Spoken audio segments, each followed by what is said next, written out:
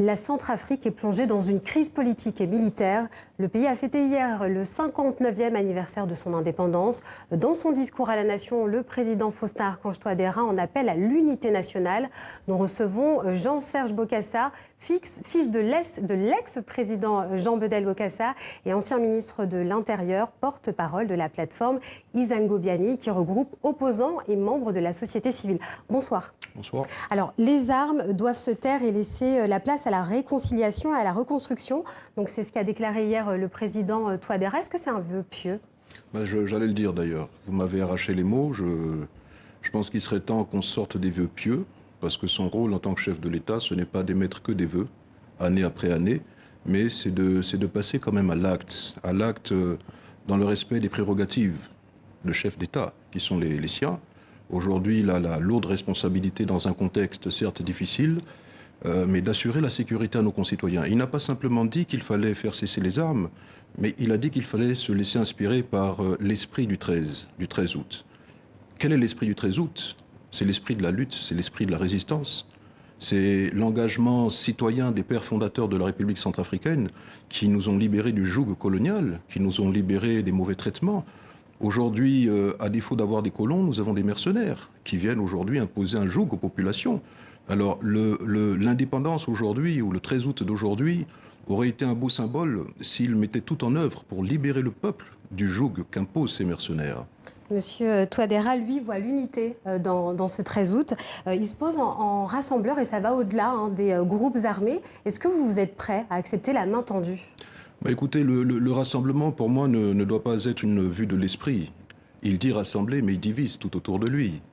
Il dit rassembler, mais il divise par le népotisme, le système de gestion qu'il met en place, qui est un système aussi de prédation, qui est un système qui vise à reconduire des méthodes de confiscation de pouvoir qui n'ont plus lieu d'être, qui est un système qui est complètement rétrograde. On ne rassemble pas avec ça.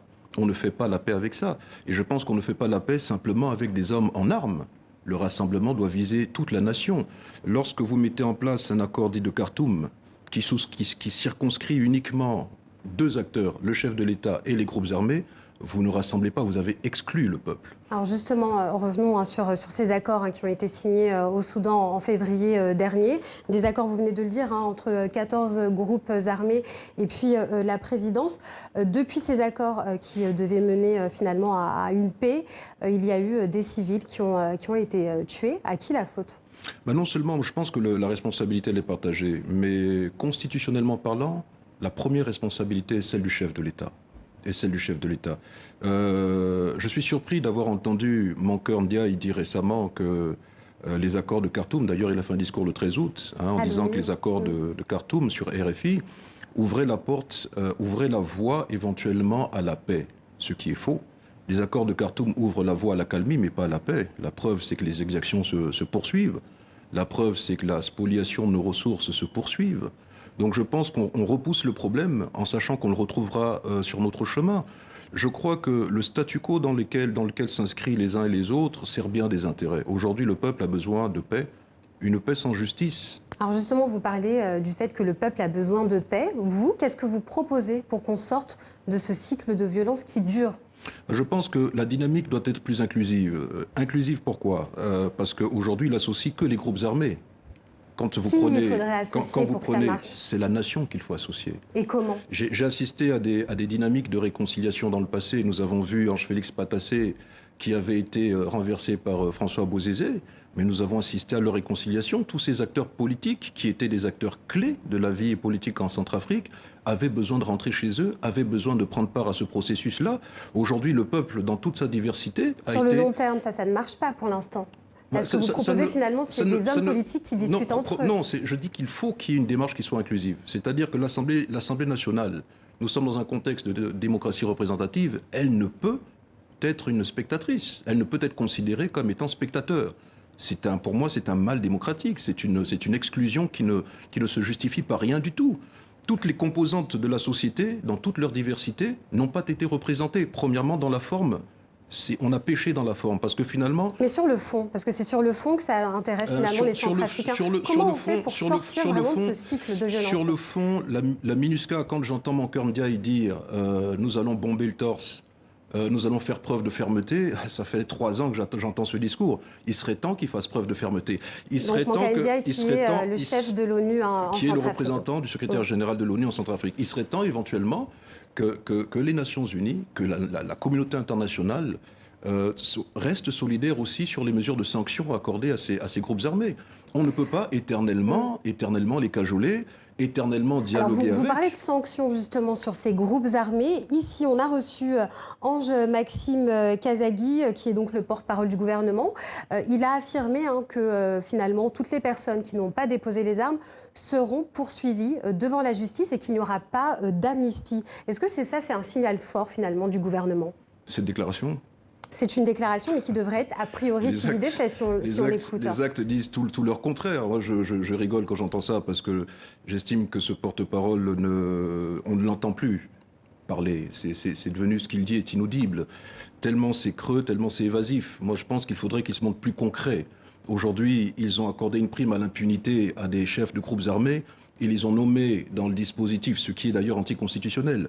Lorsque Mankeur Ndiaye va jusqu'à dire que le processus de Khartoum impose aux groupes armés de respecter la Constitution, mais c'est une insulte extrêmement grave. Écoutez, toujours sur ce même plateau, du coup, Ange Maxime Kazagui a affirmé que Sidiki Abbas, donc à la tête des 3R, s'engageait à livrer à la justice les combattants qui finalement se seraient livrés à des exactions. Non seulement tout ça, vous en dites quoi pour non vous, seulement il n'en a livré que 3. Mankeur Ndiaye, encore une fois, le relève avec désolation, en disant qu'ils continueront d'exercer une pression pour qu'ils puissent effectivement livrer ces hommes. Mais là n'est pas le problème. La faute n'est pas celle de ces hommes. Il doit porter la responsabilité des actes posés par ces hommes. Il est hors de question de chercher des boucs émissaires, de les livrer à la justice, pendant que ce dernier est entièrement responsable des crimes qu'il y a eu. Pas simplement les derniers crimes qu'il y a eu, mais de tous les crimes qu'il y a eu sur sa terre de juridiction, en quelque sorte. Donc pour moi, ce sont des fuites en avant. Justement, vous parlez de terre de juridiction. Aujourd'hui, la Centrafrique, elle n'est pas contrôlée par le pouvoir étatique à 80%. 80% échappent au contrôle de l'État. Qu'est-ce que vous proposez pour reprendre la main sur le territoire ? Mais écoutez, moi je pense que les alternatives, nous n'en avons pas plusieurs. Nous avons aujourd'hui la communauté internationale qui est auprès de la République centrafricaine.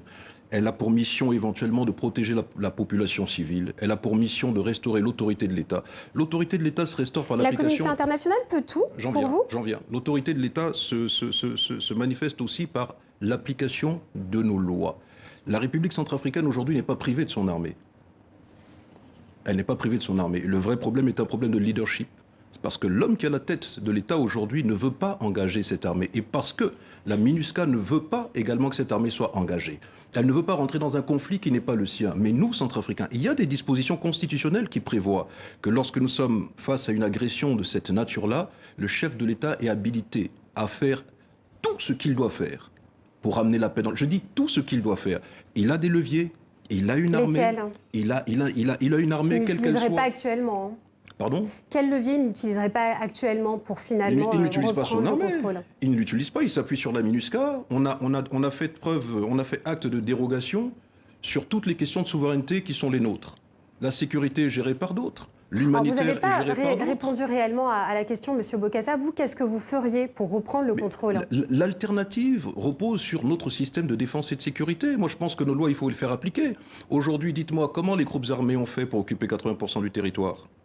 Ils se sont baladés librement sur le territoire. Il n'y a pas eu forcément de guerre. Donc je pense qu'il y a eu un laisser-faire, tout simplement parce que les intérêts aujourd'hui sont ailleurs. Nous devons engager l'armée, nous devons appliquer les sanctions. Lorsque les groupes armés, éventuellement, si on veut discuter avec ou si on veut dialoguer avec, ne respectent pas leurs paroles, je pense qu'il est important de sanctionner. Nous devons priver ces groupes armés de cet accès qu'ils ont aux ressources de notre pays, parce que nous sommes dans un cercle vicieux. Ils se servent de nos ressources. Nous ne contrôlons pas nos frontières. Ils enrôlent tous les jours, et d'ailleurs le rapport des experts, du groupe d'experts des Nations Unies, est accablant, parce qu'il révèle justement que les groupes armés n'ont pas cessé d'enrôler, même après Khartoum. Donc nous avons une MINUSCA qui est incapable de protéger, qui assiste au massacre du peuple centrafricain, mais qui ne veut pas qu'on aille en conflit avec ceux qui aujourd'hui illégalement détiennent des armes. Pour moi, le problème est un problème de leadership.